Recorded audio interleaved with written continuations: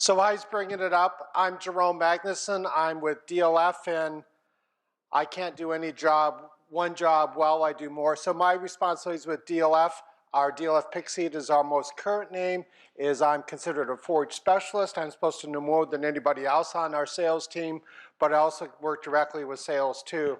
I like the perspective that I get from being very involved with the whole process. So we're part of a company called DLF.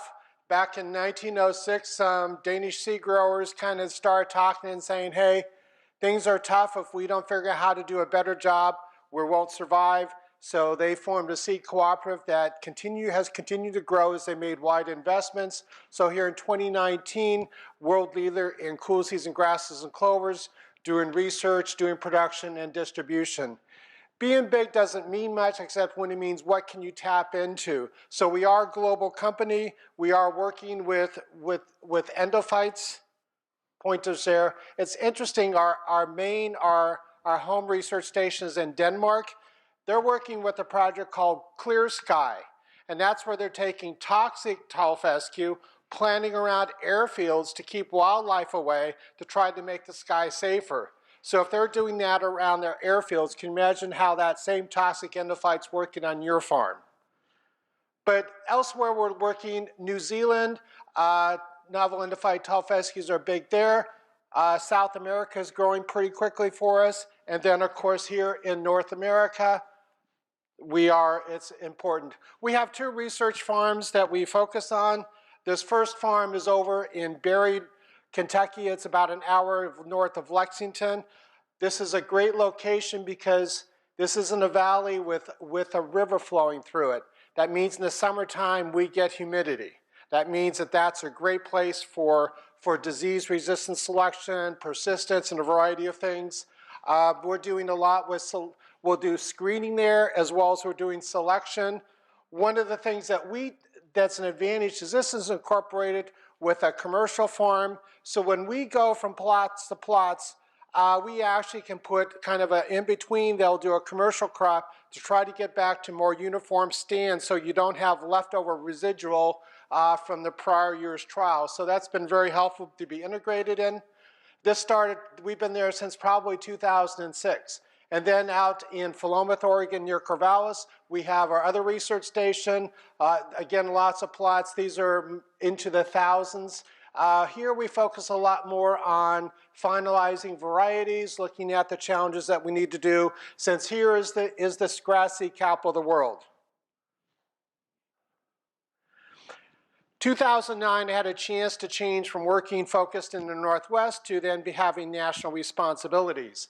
And it became pretty clear if we wanted to sell tall fescue into the transition zone, our sales were tanking on endophyte free. We either needed to get on board with novel endophytes or we would get lost. So we got on board. It was interesting very early on as I looked at how's this going to happen. I ran into Craig Roberts. I was warned not to talk with him because he was enthusiastic about novel endophytes. But he insisted, he said, Jerome, we're going to get together, we're going to develop a base of seed companies, extension specialists, extension people, university people. We're going to form a group that's going to get out together and work at converting the world. And where are we at today? We're seeing results of that with today's school. The other thing that I really paid attention to is, I can't just assume in Oregon I know everything. So what are the observations I make? This is actually not tall fescue, it's orchard grass. This was in Statesville, North Carolina, about an hour north of Charlotte. We have both varieties here. This is Olathe. This variety was developed in Kentucky. And this is Neva, which was developed in Denmark. There's some good plants here. 1, 2, 3, I think there's at least 6. So that's not only a difference in genetics, but also there's a difference in an early maturity variety and a medium-late maturity variety.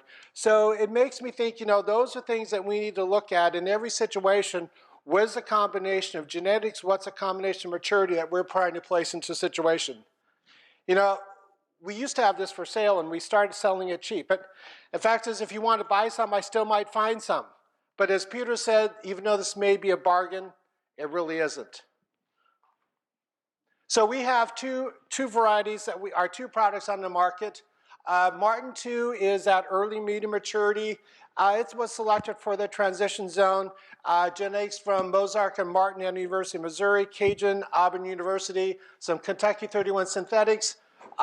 Originally this was an endophyte free, had broad adaptability across the world, high dry matter yield, good palatability. Even though it's a traditional tall fescue, it has excellent palatability, excellent fiber digestibility. Matched up with Protek, which is our novel endophyte, was isolated, shows good advantages, heat, stress tolerance. Decreased insect feeding on tillers, however, it's not armyworm proof. No detectable ergot alkaloids, so good that. Our second product is Tower Protect. This is late maturity European genetics, came out of a harsh environment. This is more of that soft leaf late maturity. It's also been evaluated, tested here in Kentucky, so it shares the same Protect endophyte.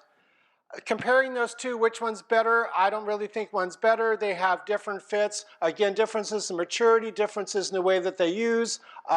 So both of them have fits in operations. Our program is we work closely with seed growers with good high quality. Our product would be identified with a bright orange tag that would indicate that it's got the Protek, because we will sell endophyte free and novel endophyte in the same product. That's important. We do work a lot on grower success driving sales. This is a field out of Georgia, a new field in Carolina. That's going to be a tough customer. If he's happy, then we'll talk about it to other people.